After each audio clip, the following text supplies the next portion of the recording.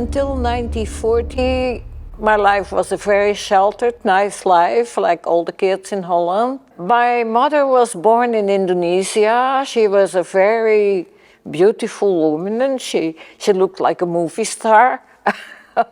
And my dad he was born in the Netherlands, but worked in Indonesia, and that's where he met my mother. My mother was very joyous, very happy. My dad was more serious, but he was extremely caring. I had to learn how to ice skate. I was 6 years old when my father bought me the first ice skating. And then bicycling. We did a lot of bicycling in the Netherlands. At that time, there were almost no cars. It was a very different life. I discovered that Anne Frank frequented the same Montessori school, not at the same time, because she was 4 years older than me. And by the way, she was not known by then. That was only afterward. We could walk everywhere. There was no fear of whatsoever.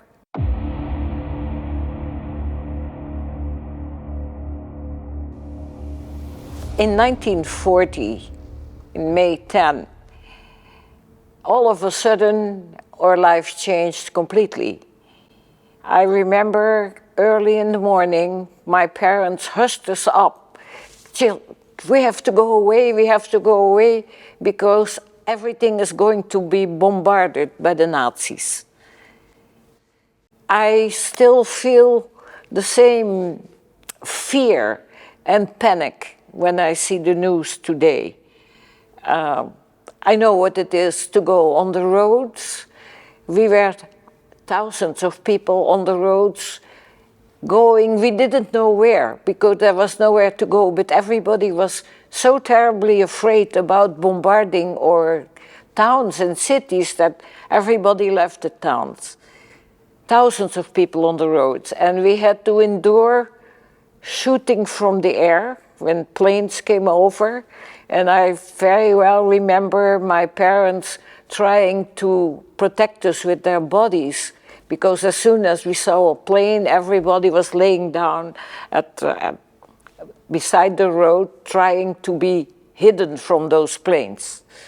That was a very scary, terrible moment. And from then on, our life became extremely difficult, extremely scary. We had no freedom of speech anymore. We had no freedom of assembly.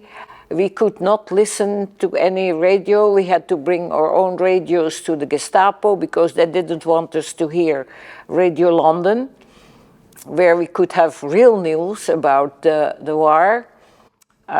We only could have radio distribution with Nazi propaganda.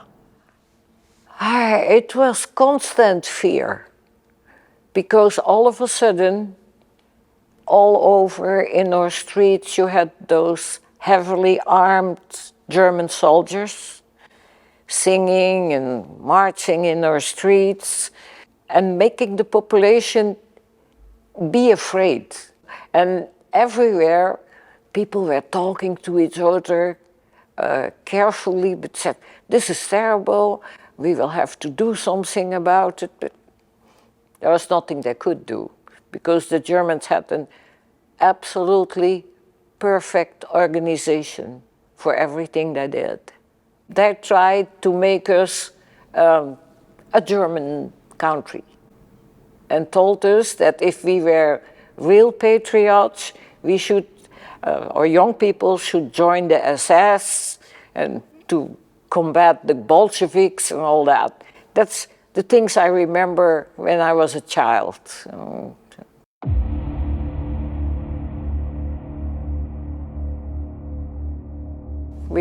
We settled again at home, but then there started the persecution of the Jewish people. And then my father decided to start hiding Jewish people in our house. So we were really involved in that whole fearful situation. Don't talk to anybody, not even to your best friends. We could not even trust our neighbors anymore. It was really that became very difficult. I remember that my father, he was outraged with what they were doing to the Dutch people and mostly to the Jewish people. And they were angry. My parents were very angry at that time. Since we needed food stamps for everybody, and the people who were hiding in our house were non-existent, so they had no food stamps, my dad started working at the Food Stamp Association. And he and other resistants, they falsified food stamps for the people in hiding.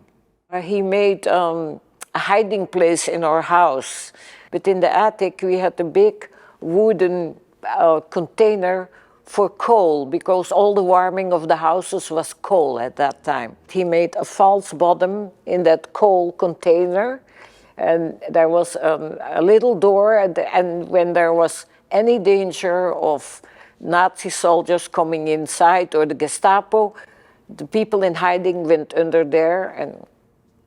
But my dad made all that happen, and he was always very calm, made the right decisions. In order to keep us happy, he played piano, he sang for us. He really was the one who tried to keep us as happy as possible. But unfortunately, he was the one who was taken away. So, yeah, that was a big loss. But I had nice memories, and they helped us with our schoolwork, and we told them the stories, what we were doing outside. They wanted to know everything, of course, what was happening. We also had a curfew. So when my father had to bring the people somewhere else, it was after the curfew.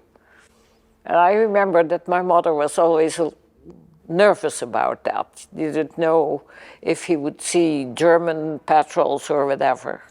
And all the able-bodied men and boys were, it was a danger for them to go in the streets, because the Germans could take them away immediately, and they had to work for the Nazis. The main thing was that people around us, neighbors, friends, were always afraid of what was going to happen and what the next step would be.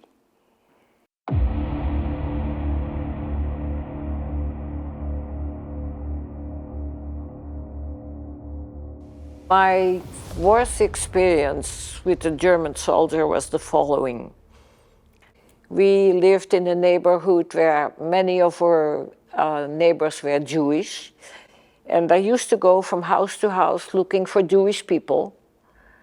And my worst experience was that one morning I woke up and my father was standing next to my bed with what looked like a giant German soldier, armed with everything you could imagine, and just at my eye height he had grenades in his boots.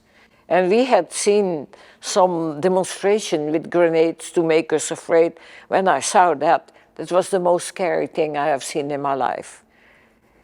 They didn't find the hidden people at that time, but they came back several times. But the most scary was to see that armed soldier.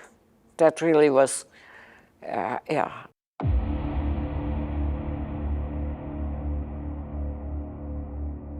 Of course, I did not exactly know how the resistance was organized, but we have been involved even as children, because when the Gestapo ordered everybody to bring our shortwave radios to the Gestapo headquarters, the Dutch started hiding radios in the basements, in the attics. My grandfather had radio. He could listen to Radio London, And he used to make little notes with the news of what was really happening in the war to inform his friends who had no radio. But since for an adult man it was kind of risky to go in the streets, he could have been taken away to a labor camp. He said, "You kids are going to help me." Okay, I have here little notes for Mr. So-and-so. You have to go to that address. Repeat, yes, that address. Mr. Janssen, yes, Mr. Janssen.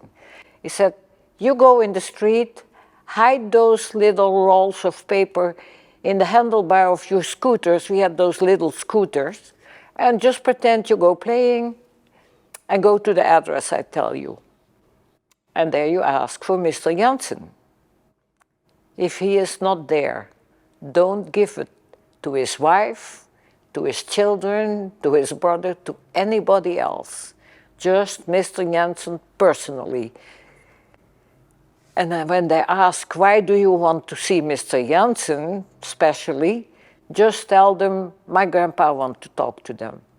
So that was, we became messengers, but in a light way, actually. But that was, yeah, well, we felt important. It made us feel important, really. Yeah. Well, unfortunately, we had Dutch people who collaborated with the Nazis. We hated them even more than the invaders. They helped the Gestapo find people. They were the ones who confiscated food that people brought from the countryside. And they were arrogant and cruel. And they were really, yeah, they helped the Nazis a whole lot. And you had that in Holland, you had it in France and everywhere. Collaborators with the Nazis, yes. That was one of the most terrible things, actually, because they were our own people. And we thought we could trust our own people, but we couldn't anymore.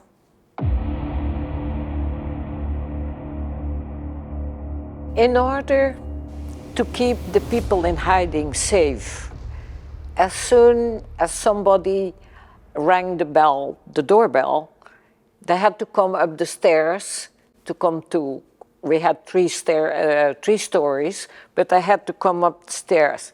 And there was a little bell at our left hand.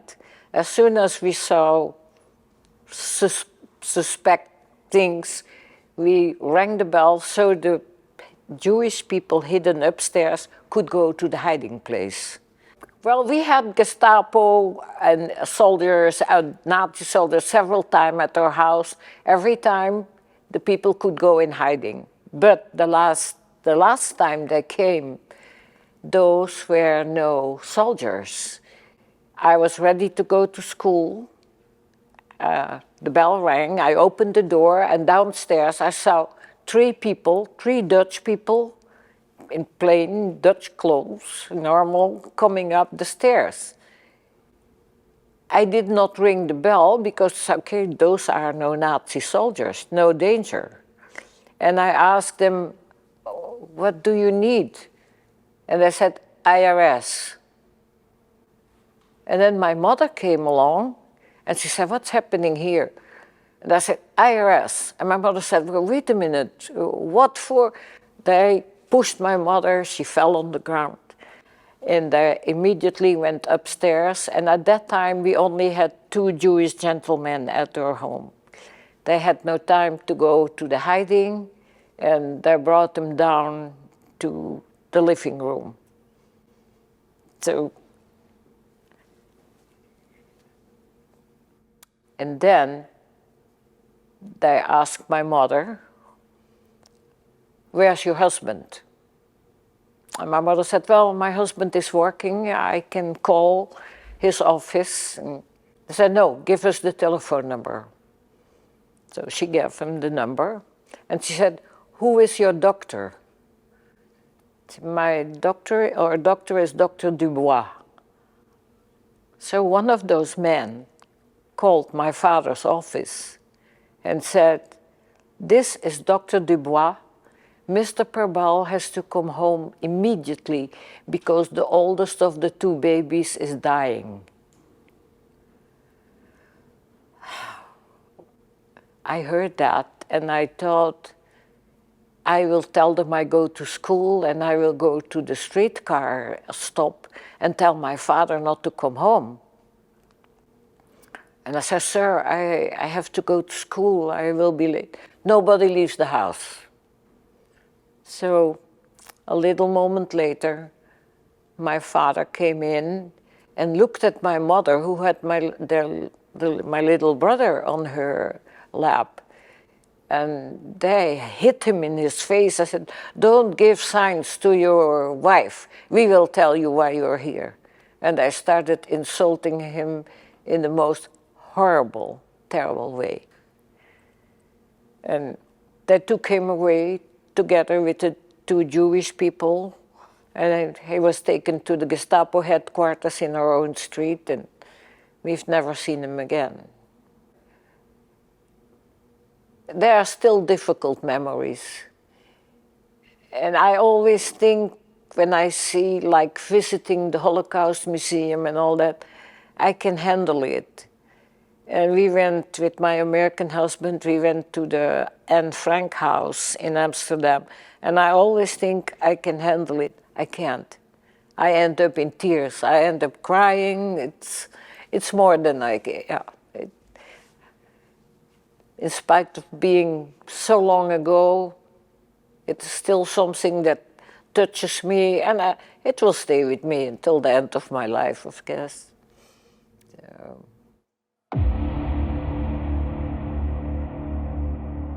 He was such a great figure for us. He was such a, that was the whole insurance of our life, was my dad.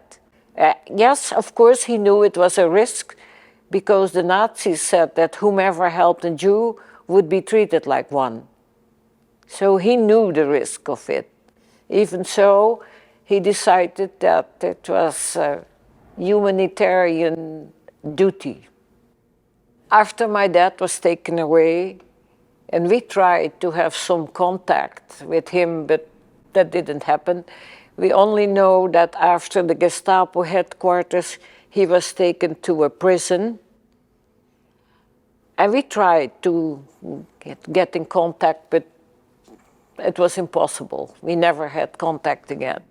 So my mother was there with 4 children in an empty house, not knowing what to do. We didn't even go to school. Everything was so totally upside down. And the resistant people found us a little apartment.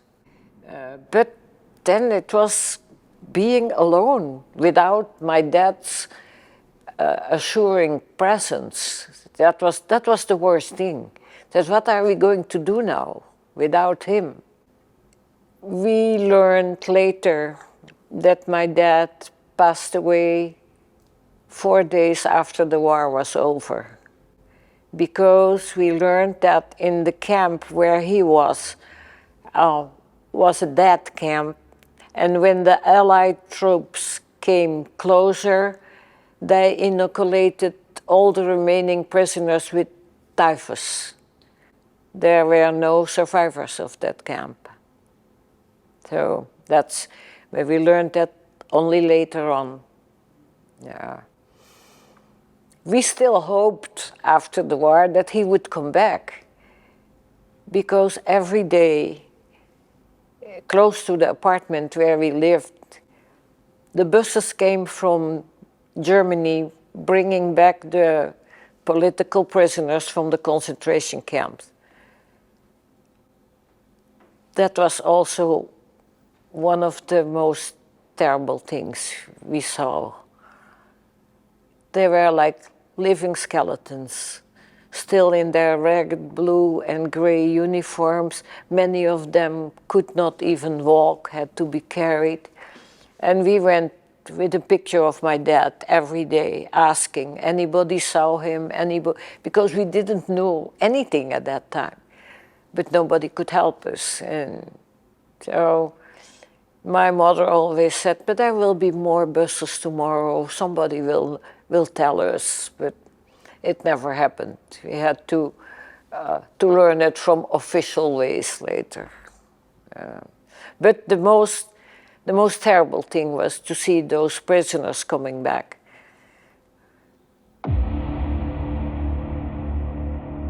The landing in Normandy gives us absolutely total hope and joy.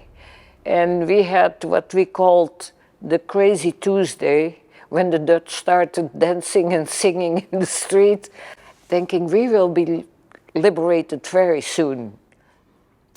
The Nazis were concerned also, and some of them went back to Germany, and troops were relocated. But when they saw it was not going to happen immediately, they came back with vengeance.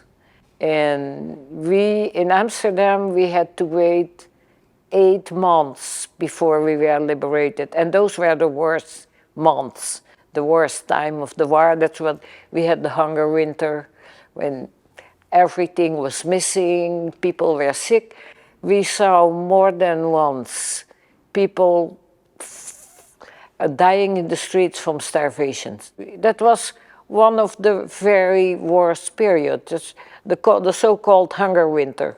It was the most severe winter on records, winter 44, 45. So, yeah, that was, our life was, it was not life anymore. Everybody was just only hoping that it could get better. On May 5th, 1945, we all of a sudden heard that Canadian troops were coming into Amsterdam, followed by Americans and some Polish troops also. So we really could have our Crazy Tuesday done. We could go in the streets and dance and congratulate each other. And those Americans had cigarettes and chocolate and everything we have been dreaming about. And they were so well dressed, so incredibly elegant. I remember it was like heaven opening for us, absolutely. It was so incredible. The Americans coming in, I never will forget that.